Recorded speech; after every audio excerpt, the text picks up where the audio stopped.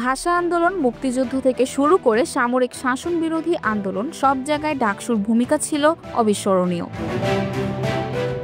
1953 সালে প্রথম নির্বাচনের মধ্য দিয়ে সূচনা হয় ডাকসুর। ঢাকা বিশ্ববিদ্যালয়ের কেন্দ্রীয় ছাত্র সংসদ বা ডাকসু শুধু একটি ছাত্র সংগঠন নয়, বরং বাংলাদেশের ইতিহাস ও রাজনীতির এক অবিচ্ছেদ্য অংশ।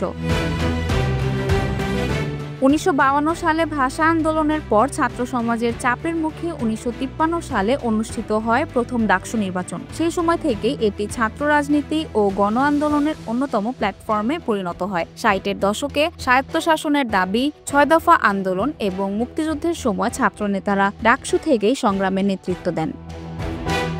স্বাধীন বাংলাদেশেও ডাকসু শিক্ষার্থীদের অধিকার আদায়ের প্রতীক হয়ে ওঠে। তবে দুঃখজনকভাবে নিয়মিত নির্বাচন হয়নি। 1973 সালে একবার নির্বাচন হলেও পরবর্তীতে রাজনৈতিক অস্থিরতা, সামরিক শাসন ও প্রশাসনিক জটিলতায় নির্বাচন আর নিয়মিত হয়নি। এরপর দীর্ঘ বিরতির পর 1990 সালে ডাকসুর নির্বাচন হয়। সেই সময়ে নির্বাচনে জয়ী হয় বিভিন্ন ছাত্র সংগঠনের নেতারা।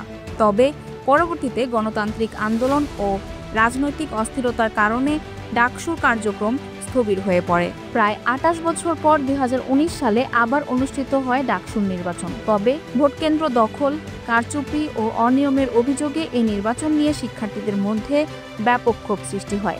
আগামী 9 সেপ্টেম্বর আসন্ন ডাকসু নির্বাচন ঘিরে তৈরি হয়েছে নানামুখী আলোচনা। দেখার বিষয়, কোথাকার জল কোথায় গিয়ে গড়ায়। সর্বশেষ নির্বাচন কমিশনকে আবারও আহ্বান জানায়, ডাকসু নির্বাচনের পরিবেশ সুষ্ঠু আছেন, শিক্ষার্থীদেরকে আপনারা অনুপ্রাণিত করুন।